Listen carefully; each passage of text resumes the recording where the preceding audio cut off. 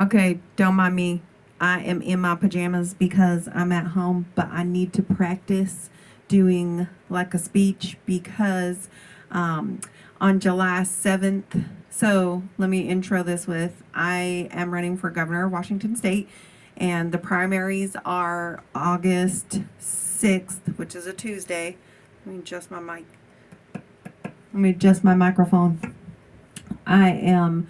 I was invited by the City of Renton Chamber of Commerce to come and introduce myself to the people of Renton and to talk with them a little bit about my platform and just to see what they're doing, what they're talking about.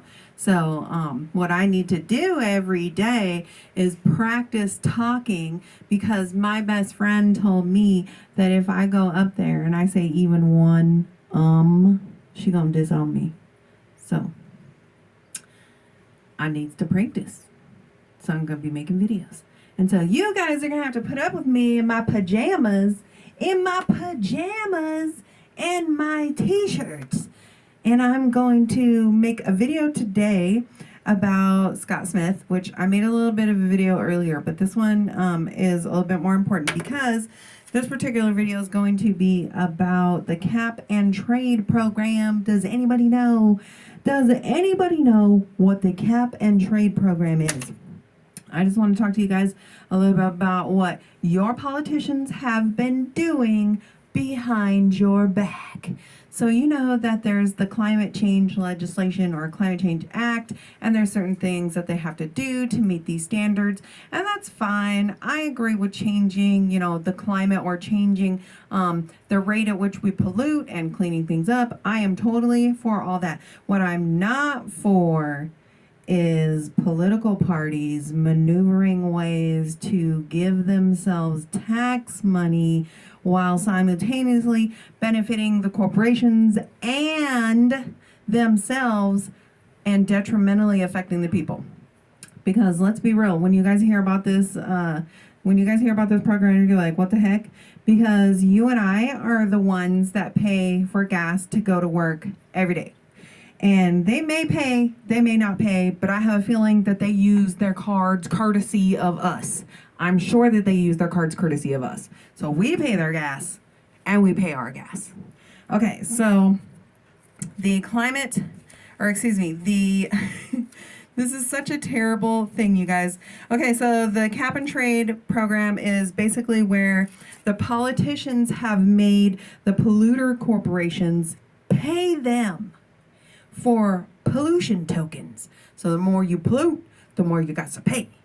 And then they allow the corporations to overcharge the people, at this point 45 to 50 cents per gallon, to make up for the money that they are paying the politicians. So both the politicians and the corporations are coming up good, and the people are not.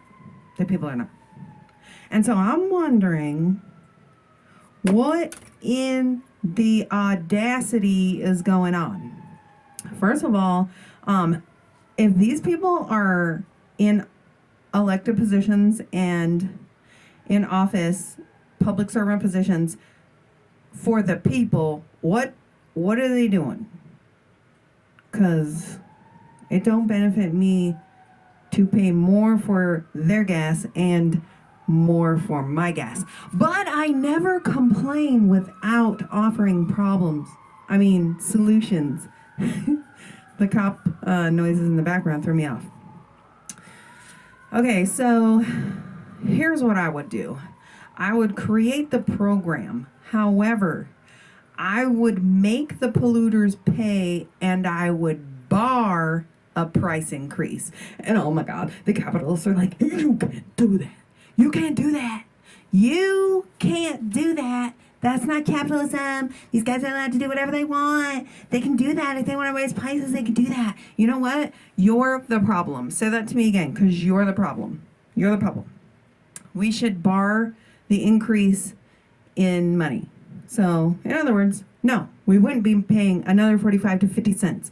And you are either going to take the tokens we give you for polluting and you are going to pay, or I'm going to fine you the same amount and then make you clean up these areas. I don't know who these people are. These politicians are not doing anything for us. Okay, so if we didn't want to go ahead and do that program, if we wanted to scrap that whole thing, we could demand that they stop spraying sulfuric acid and silver iodide in the atmosphere, which might help clean up the situation. I don't know, though. With as much gaslighting as they give us about the fact that they don't do that,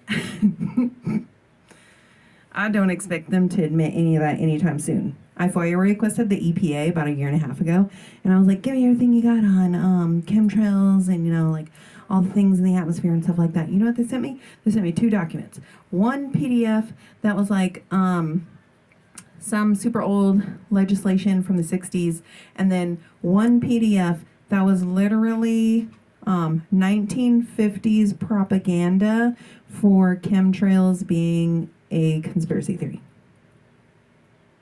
So, they knew what I was asking, and that's the type of public servants we have fulfilling the FOIA requests in the Department of Ecology in our state.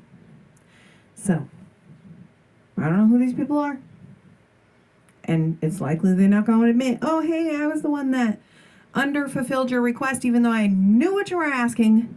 I just wanted to be a jerk for whatever reason. So, okay. That's 6 minutes and 35 seconds. I think that is everything that I have to say about that cap and trade program. It's ludicrous. Y'all needed to hear that. Y'all needed to understand what's going on.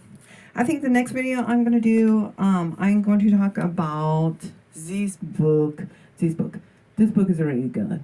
I have those people who are like, the Democrats are fascist. And then the other people are like, the Republicans are fascist. Well, you know what? They're both fascist. And you would know that if you actually studied it.